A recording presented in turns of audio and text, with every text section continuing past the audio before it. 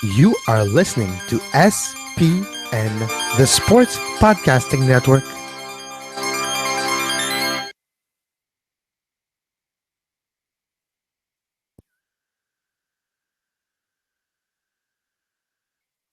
And welcome to Soccer Today Live from the MLS Cup. I'm Duane Rollins, joined by me, Kevin Laramee. Musical chairs tonight. It has been a quite busy, eventful few days. Duane, let's start by how do you feel about the MLS Cup in your city? We are in Toronto. It's the MLS Cup, and the buzz is in town.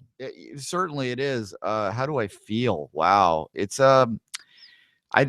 still hasn't completely hit me, although I think seeing the cup in the CN Tower last night at the media event where we desperately tried to put a loonie in the bottom of it, by the way, but I don't know, maybe it's bad down there. You don't know, guys. Maybe we did get a loonie in the bottom of the MLS Cup. We cannot confirm nor deny the presence of a Canadian loonie at the bottom of the MLS Cup. Lucky loonie, my friend.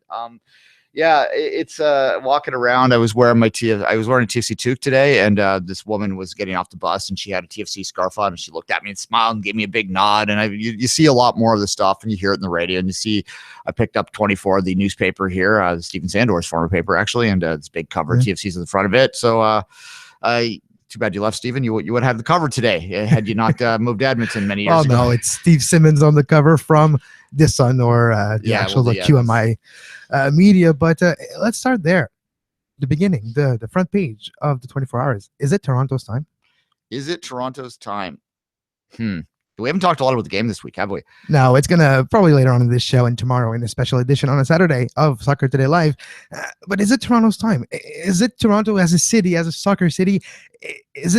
Does it get bigger than this? Yeah, I often wondered whether sometime in 1993, somebody made a deal with a certain fellow who lives down south to get a back-to-back World Series championships, and that's the time has gone out because Toronto went to that 25-year sort of drought, we'll call it, and of late we have the Blue Jays back-to-back ALCSs. We have, of course, the Raptors in the Eastern Conference Championship last year. These are semifinal appearances. Finally, we have a team in a big American league. I'm excluding the Rock and I'm excluding the Argos from this conversation because, quite frankly, everyone excludes the Argos and the Rock from most conversations. But nonetheless, it is certainly that is kind of the narrative in the city, is that this is the potential of a first championship is one game away. The first, and I find this one fascinating too, Maple Leaf Sports and Entertainment, they, of all of the punchlines through the years, have never won a championship. For all of the teams that they own, all of the money that they spend, and the rest of the country loves to remind Leafs fans particularly about this. It is going to be absolutely fascinating. And that's sort of the Steve Simmons article you spoke of there. That's kind of the gist of it, is talking about how MLSE's never won a title, and Larry Tannenbaum's seen over 1,000 games as the guy that owns that. Well, the face of MLSE, and he's finally going to watch a game where he might win a championship. It's that said, I mean, still one more game to go. As they say, one game to glory. And that game, we mentioned, is it Toronto's time? Is it Seattle's time? Seattle, yeah, they had the Seahawks. But on the soccer side, is it the culmination of years of lower division, good support, then it grows as what it is since 2009? Is it their year two, maybe? Maybe. I do maintain, and I believe that Toronto is the favorite for a reason tomorrow. I think that TFC wins this game because they're the home team. I think that they have slightly more talent. I think that they are a team, the cold weather will, not just because they're in Toronto, but I think because of, you look at the players that are on TFC and look at the players, the key players in Seattle, and I think the cold weather will benefit TFC a little bit more than they will Seattle. Now, that's just a minor thing, but I do think that Toronto is more likely to win this. Is it Seattle's time? I don't know if Seattle's not had a time in Major League Soccer. I mean, they hit a triple, as comes to mind. They've been very successful, obviously, to their credit. I'm not dismissing that. I mean, obviously, TFC's journey has been a little bit more winding. And by winding, I mean, it was like a roller coaster that just went down. As many detours as you're trying to get to BMO Field when you're trying to get there by car, which with the construction, you have to take a lot of detours. Yeah. We've talked about the game before we actually talk about the game and tactically or what we expect. Let's take a second and listen to St. Ricketts yesterday during the media scrum. Okay, thank you. It's a big game coming up this Saturday, the biggest for this team. How confident are you guys going in? We're confident. We're confident with our group, especially we're a tight-knit group right now. We're all on the same page, and tactically we're preparing well, and I'm confident with my team and with the guys. Now, you've got fans here at home. How's that support that they've shown throughout this journey? They've been incredible all year. Their support has helped us in many games, especially the second leg against Montreal. They kept going the whole match. We were down a few times, and their support has carried us in this run through the playoffs, and we're going to need them right to the end. Yeah, you guys played Seattle one time this season with 5 back here at home. How confident are you that you guys can be on top this year? I wasn't part of the squad yet then, but I was watching that game, and we had a lot of injuries in that point of the season, and we're just happy to be healthy. Everyone's back in the lineup and good to go for this time around. And this time around, you're not, whether guys are, you're two very different teams than you were in July when the teams met. Seattle's riding a hot streak of their own, but so is TFC. What kind of match do you think we're going to see on Saturday? It's going to be intense. It's going to be a lot of heart. Seattle has a lot of heart from what I've seen in their games previous to this, and it's going to be a good final. And we both have good support base as well, which is important. Mm-hmm. And it's going to be an exciting matchup. As a Canadian growing up playing this sport, in the journeyman career that you took, did you ever dream you'd score a goal like you did in front of a crowd like that last Wednesday? I mean, yeah, it's a dream come true. To be here playing it at home. I couldn't have imagined it this way, but I'm so happy and so proud to be a part of this club in this moment, and I'm happy to be here. And judge almost solely goals for that forward. How people looking forward to judge forwards beyond putting the ball in the back of the net, or do you think that's all people will ever care about for strikers? I mean, at the end of the day, it is the job of the attacking players to create and score goals. So if that's what the people want to see, we got to live up to that job description. That was St. Ricketts of Toronto FC. Duane, dreams do come true. When you're looking at St. Ricketts as FC since the beginning of the playoffs, let's face it, it was correct during the regular season, but the true value of him came as a super sub in the last few weeks. What can you tell us about what you saw in the play of Ricketts the last few weeks? I think it's the best stretch of his career. I mean, that's guessing a bit at that because he's played so many weird places that you can't, who knows? But we're going to tell a little story. First time we had St. Ricketts on the show about 2 years ago, we called in a shady hotel room in Germany while he was just signed by Haifa Apoel in Israel. And that did not go well, that experiment. I remember him talking about in that interview, if you could go back to Two Solitudes archives, we're talking about how, look, he's going to be happy to go with a club that he might not have problem getting paid. And guess what? That's what happened. He had problem getting paid. And that is in the league, like Major League Soccer and in his hometown. And he has come a long way in the last 2 years. Yeah, no, precisely. And there's a story last night about how he was not going to get a plate, I think, in Bulgaria or Romania or something like that. Yeah, he's had such a winding road, and you got to feel good for him. Canadian national as well. We've never really seen the finishing quite as well as it's been in this stretch for TFC, especially with Canadians. Frustrate a lot of sort of he's kind of a 1-in-6er in the sense that he scores like 1 goal per 6 chances is what I'm getting at. But he's in a perfect role for TFC, and I think that, as I've said many platforms in lead up to this game, the key turnaround in TFC season was adding those 2 players mid-season, Ricketts and Cooper. They really took what was a good team and made it an excellent team and made it a championship contending team. And Ricketts is the question I asked him there, he didn't really give the emotional answer that I would hope so. I might have hoped that he might give in the offseason because I think he's tuned in, but time to reflect on that. Yeah, that's a storybook, man. You do the journey he's done, and he comes in and he scores that goal in front of 36 in his hometown, but in a town that is adopted and a Canadian coming in, and you don't dream of that as a Canadian soccer player. That's not going to happen. He's 1,000 people for, I guess, 34,000 or so. Yeah, or versus 61 Austin at BMO. Yeah, the Big O. Sorry, yeah. BMO, Big O. It's all similar. It's story as well. When you're looking at, you mentioned Cooper as well. Those 2 addition, let's face it, that's the big difference. And what surprised me with Toronto FC this season, it's not the big three. We could say it's the depth is what they were able to do with Tam and get more depth. And I think it's almost a blueprint for next season and years to come. And if you look, it seemed to be inspired in a bit how Toronto FC managed their time and the allocation to get your big names, yes, but use what you can to save and bring down with your allocation the money on your salary cap, because salary cap usually means no depth, and we've seen this differently for Toronto and in a way a bit for Seattle too, because of big injuries. Still were able to perform. When if you radio this week, the Monday show before they came out here, they taught. I haven't heard the most recent one, but the Monday show they talked about. See, in many ways, and this is bizarre. Like, I can't even believe this is coming out of my mouth, but it's not me that was making this opinion. They've kind of become the textbook on how to build a team in MLS 3.0, because they've shown you can have DPs and I think to be successful in the next era of Major League Soccer, you're going to need your big name DPs. This, I can find value and I can outsmart you stuff. There will be a bit of that because it is a parity league, but I think that it's increasingly going to move away from that.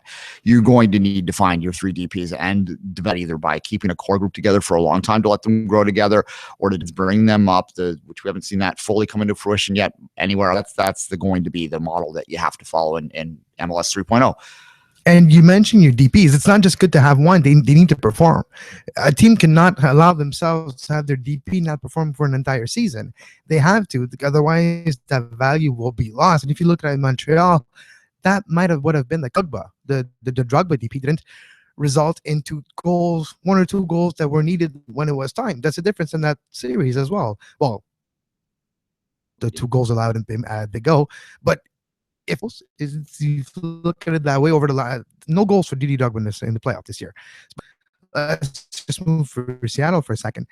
Players like Member Valdez, they created the upsets. He's the one with the header at the right time to get Seattle through when they were not the favorite, when they were not the Valdez changed that. And look, Evans, Alonso were injured. Evans, like you will hear later on, he's fine. He's probably going to be able to play tomorrow, whatever role he will have. He 2 days fully, but it's a lot of injuries for Seattle. And in a way, their depth was able to. It's depth, but it's belief too. The belief in your players, and like Schmerzer said earlier this week, he believed in his players, and it made the difference. Did anything surprise you with Seattle in their cup run as well? Because they were not the favorite at all heading into the first round in the Western Conference. Once they got in the playoffs, it didn't surprise me that they were able to. Wouldn't have pegged them as the favorites to get out of the West, but I certainly did think that they. Had you asked me September 1st whether they were going to make the playoffs, I would have said no. And I would have probably said no, they weren't going to make the playoffs all the way up to maybe October, because they just didn't look like it. They really kind of caught people off guard.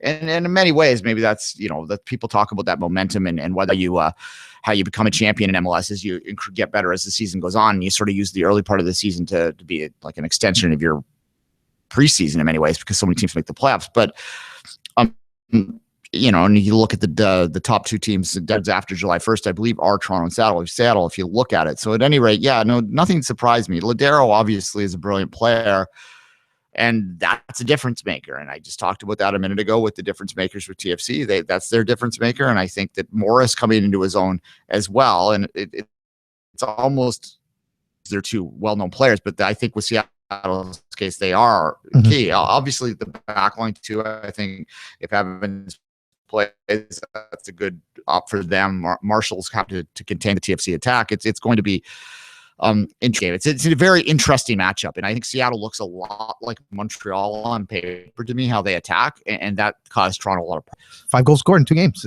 Even they scored 7, they still had 5. Yeah, and I don't think the final's going to be 7-5. Well, if it is, it's going to be just before we move on to Brad Evans and Garth Flagaway, had the chance to talk to both those gentlemen together. Let's just quit tomorrow. The Ontario Lake Lake Ontario, and it is cold. It's -12. That's the wind chill factor included. The feeling will be around -12. And on the pitch, it's probably going to be -15 close to the lake at BMO Field Exhibition Place. It is going to be a little windy. It's not as bad now that they had the roof and the stadium blocks. It's not like a few years ago, but still, it's going to be. Yeah, wear layers is what I'll say. It's currently right now. I just walked over to Kevin's hotel room to do this show, and I was wearing layers in a big winter jacket. It's damn cold out there. It's right now. It's about the temperature. We'll be at game time tomorrow. So, yeah, it's an interesting handicapping exercise. Who does the weather benefit? And I said earlier that I think Toronto, not just because they're in Canada, I think that's a bit of a fallacy. Yeah, but it's the players that like famously Bradley talked about today, a game that he played in Berlin when he was playing in Germany that was about -20 on the pitch. So he's like, he was said today that this is nothing. This is actually quite not, but it's not as bad as he faced before. And other players in that team that have played in different conditions probably feel the same way. Yeah, no, precisely. And as I said, you look at Giovinco played in Turin. Turin's northern Italy. It hosted the Winter Olympics. It is not not a balmy place per se. And I mean, Ladero, meanwhile, is their key player is from a warm weather place. So it's a minor thing, and I don't think we can hang too much on that. But certainly, it might be a factor as well. More a factor than the crowd will be. The crowd's going to have fun, and there's going to be a lot of atmosphere. It's going to be fun to be at the stadium, but I don't think it affects the crowd has alcohol to warm them up, not the players. Well, hopefully not the players. I suspect the crowd's going to have a lot of alcohol to warm. I'm so late. Hey, it's a Christmas time, so maybe a little bit of mulled wine to warm you up. All right, let's listen to Brad Evans and Garth Lagway. We'll be back right after those interviews. And that was our ownership group. They're a bunch of guys who want to win at all costs. And if that means spending money splashing, if that means the best facilities, then that's what we did from the beginning to make it feel like a proper soccer or football club, whatever you want to call it. So in that way, we like to pay respect to our club because we have nothing but the best there. And so when you do that, you take pride in that. And the Cup's a supporter shield. We have one left. And it's up to us to capture that in a short lifespan. There's been a lot of talk about the Toronto sports scene, how great of a sports town it is. How would you compare it to kind of sports town Seattle? I think it's pretty similar. I think all stadiums are downtown. It's a vibrant city. It's a proper, when you think of a big city, it's a big city. And I think that both cities revolve around their sports teams, especially with the success of the Hawks. We play in the same stadium as well, and we're pulling 48,000 at times. It's massive, and it's not like that anywhere else in the country. So, in saying that, we're very fortunate, very lucky to be in that situation. I know what it's like to play in somewhere where it's not like that. So I feel very lucky and very fortunate. Right. Do you think? I mean, these are two of the biggest clubs in MLS. First time Cup is that finally here. Finally, kind of one win away. Yeah, I think so. I think it says a lot about both clubs. Like you said, the ambition of both to achieve greatness, and both have done it the right way as of late. Toronto had a rocky start for a couple of years in the beginning, and I know that these guys consistently come up to support their team no matter what, and it's paid off for them. So credit to the club, but I think it's two deserving sides this year, and two different paths, so two way different paths, and that's what's fun about playoffs. That's why we do it. In football, you can be 6-6 or whatever it is. You can have a 500 record and win your division and get home field advantage, and the team can finish 10-3 and they don't make the playoffs. So it's or whatever it is, 10-16 games. So it's a problem. A lot of guys that just bought in.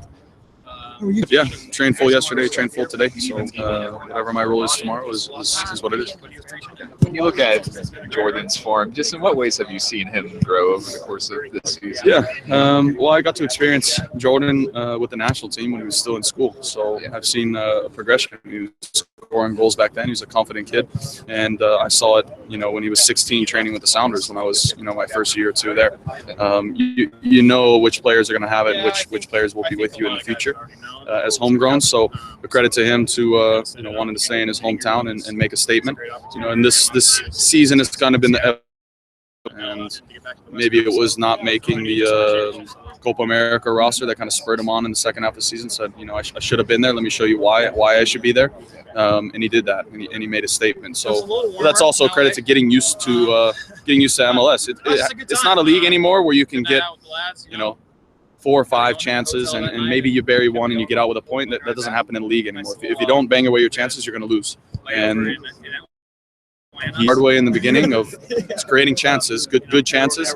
Once he started banging them away, we find ourselves with a winning record. Where does this title sit in your career? Importance. Well, I won one in 2008 with Columbus. That was my second year, so that was awesome. That was extremely important to me, and I was starting in the game, so it has. But here, I've been here for 300 plus games. I haven't played in all of them, but it's taken us that long to get to MLS Cup. So I've been a part of all of it, the ups and downs.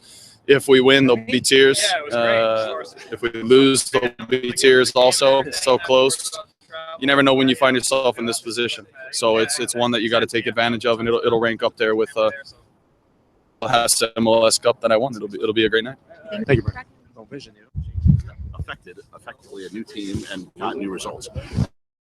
We changed our head coach. We added a designated player to replace Obafemi Martins.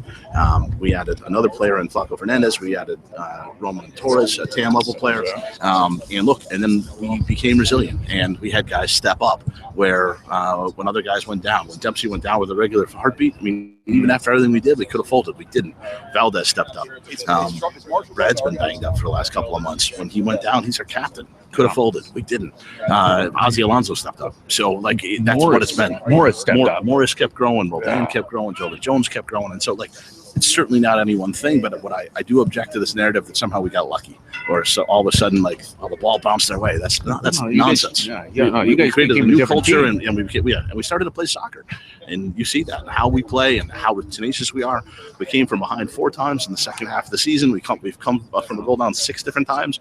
We didn't do that for at least the previous part of the time when I was in Seattle. So give credit to the players and the culture.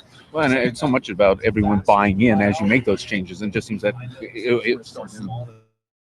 the team was one when you made all those changes. Yeah, and again, they're not behind me. The players don't play for the general manager. They're behind. You know Coach. what I mean. Yeah, they're behind Coach Schmetzer is who they're behind, and they're in it for each other. Coach Schmetzer's message was super positive to the guys, saying, "Look, we're going to go as far, as short a distance as you guys are going to take us." And there's a lot of guys in that locker room that've been with the Sounders for a long time. You talk about Zach Scott and Alonzo and Evans, who have a lot of pride, and you.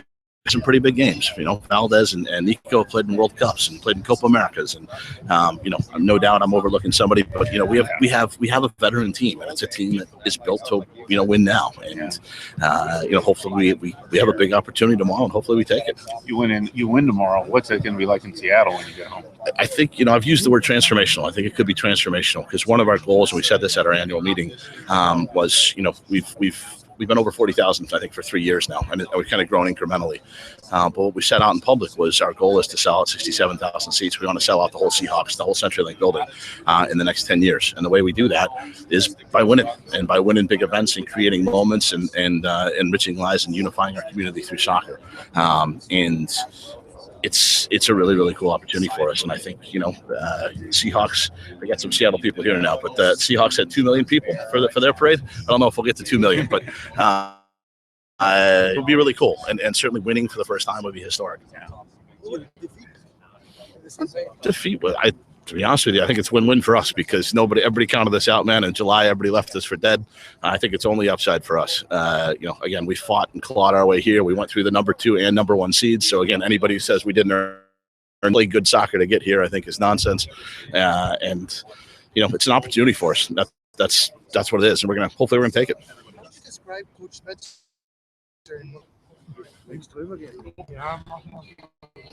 I used to optimistic and pragmatic. We needed somebody who believed in the group, and we got that. And he is likewise. If you think about it, we gave him a more or less impossible task. We're going to make you the interim coach. You've spent 7 years waiting for this. You've really earned it. And by the way, all you have to do is double the team's output from 1 point a game to 2 points a game. Good luck. You got 14 games, and he did it. And then he kept winning in the playoffs, and so you had to be both optimistic and pragmatic. And I think he's made really good choices and pulled all the right levers. And but longer term, he's also the right choice because he's the best best emblem, best connected with our community. He embodies the Sounders. I mean, he played for the Sounders. He coached the USL Sounders. I mean, he is more valuable to us in Seattle than he would be in any other market in the league. And I think when we announced him at our meeting, and he got literally the standing ovation, the whole room jumped out of their chairs and basically saluted him. And even I was taken back and surprised by that. So it feels like the right choice, and I'm very, very happy for his success. It's weird to be a trend in MLS right now where you have coaches that are established with their team, taking over teams and staying there for a long time. That trend's going to continue. Mauro Biello, Vanni, Schmetzer. Look, I was just talking to Bill Manning. You guys know I worked with Bill for 7 years in Salt Lake, and he was saying that he thought I won't speak for him, but one of the things he felt was that the continuity was a good thing here. And you mentioned Greg, and certainly that decision's played out well for them. We only had one coach in the history of the franchise before, so I mean, certainly the pattern of our ownership group is again toward continuity. And even look at my background. Unfortunately, in the last 4 years, I've worked with 4 different coaches, but if you look at the circumstances, they've been pretty unique.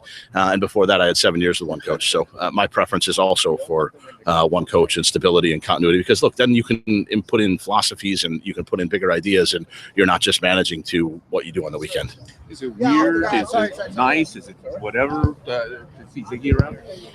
I haven't seen Ziggy personally since he left, but look, he's a nice man. His son still works with me every day. He's not here today, but he was at the thing yesterday, the press conference. If I see him, I'll shake his hand, and he's a very nice man. He accomplished a lot in Salt Lake. He's a Hall of Fame coach. I have nothing but respect for him. Seattle. Sorry. Hall of Fame coach.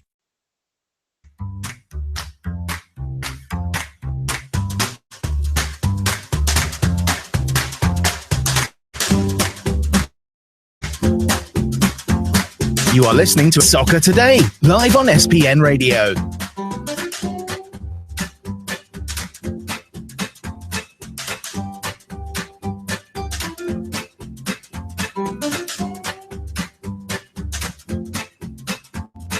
Visit sportspodcastingnetwork.com for more. And we are back live on Soccer Today. Duane, you know what's interesting to me when we listen to Garth and to Brad Evans? The word consistency is something that comes up a lot this week in a lot of media. And both teams are there because when they had choices, when they had a chance to maybe change the coach, and last year for Toronto when it wasn't going great for Vanni, and for Schmerzer, he wasn't necessarily their first choice, but to go with him for goes. See, both philosophies were built over the last 2 years and have paid dividends. Yeah, well, and it's a broken record talking about the need for consistency in Major League Soccer, but it's the absolute most vital and important piece to any roster building exercise that you can undertake in this league. Spencer, you mentioned he might not have been their first choice. I don't think there's any doubt he wasn't. He was an interim, and he's Cup Finals, so they really had no choice but to hire him at that point. We'll see whether they're fully committed. Leggerway says that they are. So let's take him at his face value at that particular moment. So nonetheless, I do think Seattle probably originally had been looking more for a big name, but nonetheless, he's here now. And I do believe very strongly. And if you look back through the archives, you look back at my writing over the years, you'll see that I have hammered that point home. You don't fire coaches at a drop of a hat. It's the stupidest thing you can do in this league. You need consistency up top. There's no surefire way to screw things up than to continually flip coaches. The TFC experiment for the first 8 years will tell you that. And it's absurd that Greg Vanni is the longest serving coach in TFC history, just 3 seasons in. That is a bit absurd. Yes, and he's the winningest as well, TFC coach, because, well, it wasn't hard to beat. You're just after 3 seasons collecting a few wins. You're going to be the winningest coach in TFC's history. All right. Before we wrap today's show, we will have a special show as well tomorrow morning, live from the temporary studio of the Sports Podcast Network here. MLS Cup host city. Duane, on Friday night, what's your prediction for tomorrow? I think TFC gets it done. 2-0. What kind of game I'm going to see? I think it's going to be a very close in the first half. I suspect there will be some nerves. You may see some chances early on. I have a hunch that the wild scoring, the cold weather might reduce some of the of the scoring that's been happening in the past, because the ball's a little harder to control in cold weather, and it bounces off your limbs and that a little bit faster in the cold. I don't know what science I'm pulling out for that one, but that's my understanding of it. Well, yeah, no. Well, the weather will play a factor where it's the same for both, but even though the pitch is going to be covered, it's not going to be as hard as people will anticipate with that weather, because, well, we'll just explain it. The pitch was covered the last 4 days, and it's actually heated, so the pitch is not frozen as we speak. Yeah. It's actually malleable. The blades of grass are malleable, and it's very green. It's probably the greenest spot in Canada, in the whole country right now. It looks like, if you see photos inside the stadium, it looks like summer. Just go to my Instagram. You'll find some that I taken today. And because the tarp over it was used for the last 4 days as well, with heating and with lighting. So the chlorophyll got time to develop in the grass, and we're not going to go into a science debate here, but that's why it's that green photosynthesis had the chance to be applied. Now, when you're looking at for Seattle side, you're going to say it's going to be tense. It's not going to be necessarily the most open type of game, because sometimes it's a championship game. Exactly. I was going to say we have duds in championship games. The weather, I think, might be the factor that changes that, because, example, when your body is going to be warm beginning of that game, might want to go for